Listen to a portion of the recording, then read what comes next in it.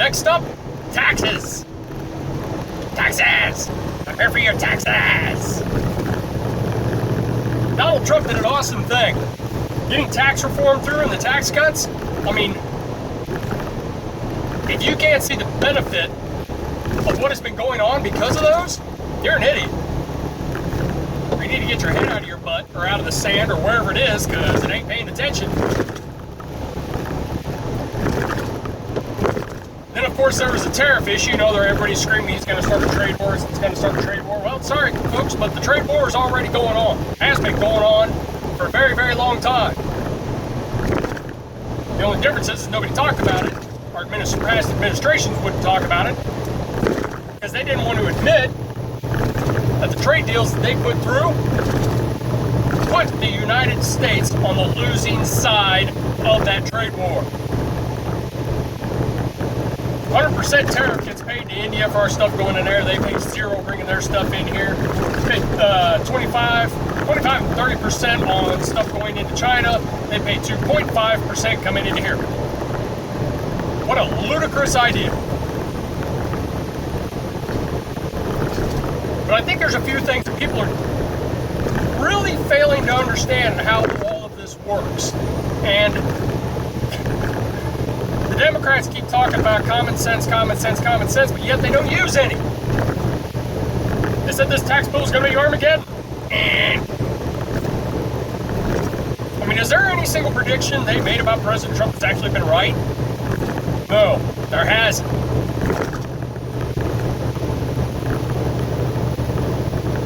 Now, I'd like to try to explain something as I see it by common sense, whereas all of these tax bill and healthcare reform and all this other stuff from an economic point all go hand in hand.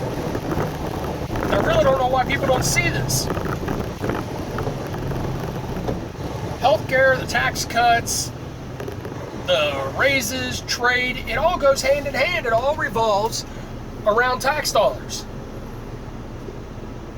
Now, the first part of this, the tax reform,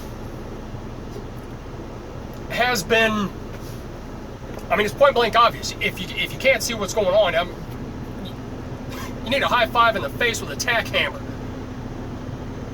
Taxes get lowered. The corporate tax rate, where the Democrats say, oh, it's just a tax cut for the rich. Of course it is. That's the corporations. In order for them to give out raises and hire more people, they have to have the money to do it. If they're handing it all over to you, they can't. It's just another excuse for you to try and keep the populace under your thumbs. So you've got tax reform. You've got the corporate rate that dropped like a rock. Thank God. So now you've got these companies that can afford to start giving out bonuses, which their employees are then spending, buying new cars. I can't tell you how many stories I've heard about these people that are getting new cars, their lives are getting better, they're getting bills under control, and all that good stuff. So there it is. Now, on the other side of that, along with these people getting raises and bonuses from their employers, and now their employers are starting to hire more people, your unemployment numbers go down. You've also got these people getting raises. So they're not only handing over less to the federal government, they're getting more in their paychecks from these raises they're getting. The left always used to scream about, oh, $15 an hour, $15 an hour.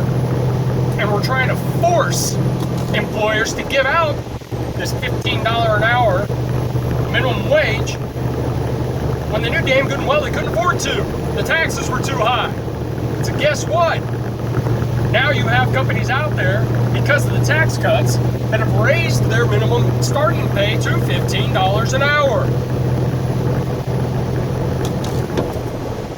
So you got the tax cuts on the top side for the corporations who are handing out raises and bonuses and are now being able to hire more people. Then you've got it on the low side where the employees are getting more in their paychecks. Bingo! Now let's talk about healthcare and welfare. Healthcare.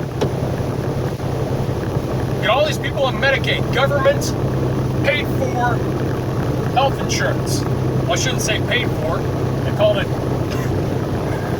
Affordable Health Care Act. There was nothing affordable about it. They kept saying, oh, well, 10 million people are insured. Well, sure, 10 million people are insured, and now they can't afford to use it because their deductibles and premiums are through the freaking roof.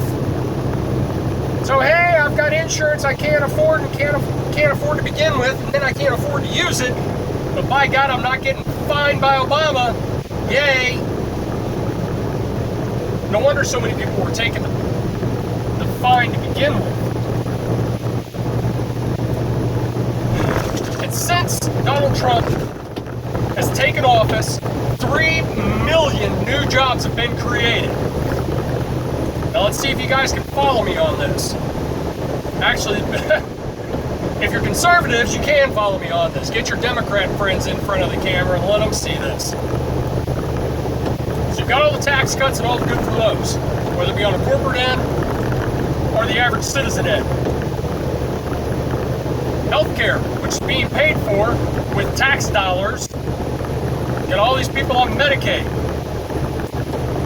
which is basically what it boils down to. Your coverage absolutely sucks. The premiums, deductibles are through the roof. But anyways, it's supposed to be government-sponsored healthcare, which absolutely sucks. So now finally that's being repealed. There are no more fines if you don't have your Obamacare. So then that brings us into the Medicaid form. These are the, I don't know, you call them government programs to give people a helping hand. All it's done is breed laziness. It's gotten worse and worse every year. So you've got all these people on the welfare system, Medicaid, food stamps, welfare, what have you, WIC cards. The reason they're there is because they don't have any jobs. Now this past year, 3 million new jobs have been added. Yet 313,000 new jobs were added in February of this year alone. So now you've got 3 million more people out there with jobs. Think this through. That's 3 million people that are no longer on food stamps. Ding! Tax revenue. You have 3 million people that are now on employee-sponsored health care instead of Medicaid. Ding! Tax dollars. You have 3 million people that aren't on food stamps. But the left doesn't want it. The left doesn't want it that way. They want to expand welfare. You want to know why? Because they want a populace that is dependent on the government. Dependent. That way, they have you under their thumb, and you can tell them whatever, they can tell you whatever they want you to do, and you don't have a choice, because if you go against them, they're going to cut off your check. So, I mean, as you start to see a lot of this stuff unfold, you start, if you're intelligent, you start to see exactly what it is Democrats are up to.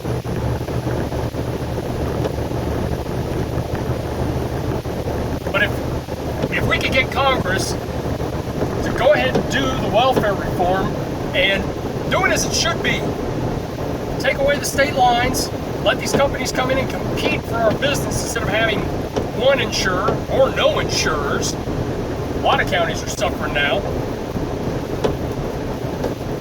Then you have all these people off of those benefits. Tax revenue goes up. The national debt starts to go down. And it's better for everybody. I mean, you people have got to think of this you got to think of this as in the sense of what is best for the country as a whole. And I've seen a lot of these news shows where you get Senate and senators and congressmen and op-ed pieces and stuff like that all keep saying, well, you know, the American voters, they vote with their wallets. American voters vote with their wallets. Let me tell you something. If you vote with your wallet, you don't belong anywhere near a voting booth. It's not about you. I've said it before. If the people If the people come first instead of the country will fail. That's socialism. When the country succeeds, the people succeeds. When the country prospers, the people prosper. So stop voting with your wallets. That's not what it's about.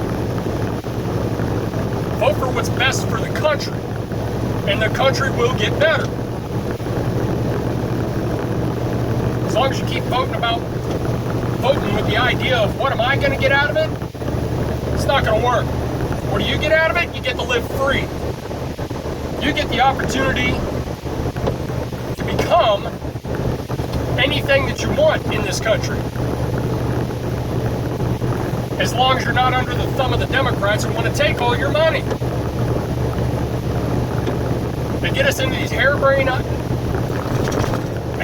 bills, problems, and crank the national debt up, and then their idea is to tax their way out of it. I'm telling you folks, it's what they want. They're going to kill it from the inside.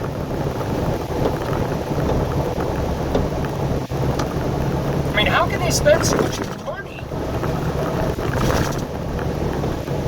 on things that were never voted for? Any issue that is going to be funded with US dollars, I don't believe they should have full control over. They don't get to make that decision. Say, oh, we're going to, because we decided to, we're going to allocate so many funds over this. No, you're not. The only, and I kind of hate this part of it, but we try to make a best judgment on these people that we're voting for to put into these offices that we think are going to be best for the country. Like I said, unfortunately, a lot of people aren't thinking like that anymore. They're thinking about, oh, what's this guy going to get me? What am I going to get free out of it? It's the land of opportunity, folks, not the land of freedom stuff.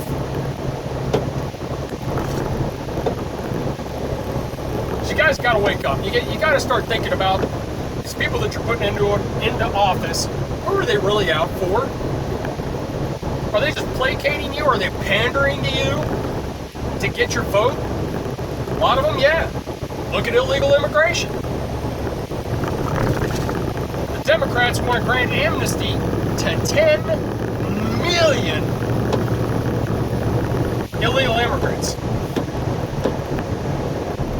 And the first thing they are going to do is try to give them the right to vote. I guarantee it. But anyways, we're getting way off base. That's back to immigration. We're playing around with taxes. So the tax cuts are doing what they're supposed to do. They're growing the economy. They're adding jobs. Corporations are coming back stateside. They're bringing their jobs and their money with them. So people like Pelosi who said this was going to be Armageddon, well, if this is Armageddon, I'm liking it.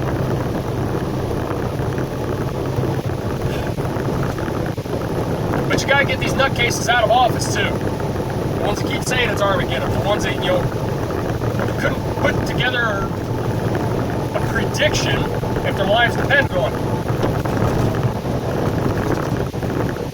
Every single idea they've had about Trump has been wrong.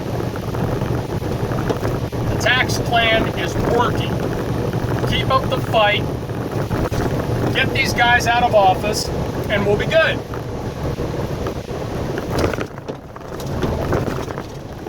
See you soon.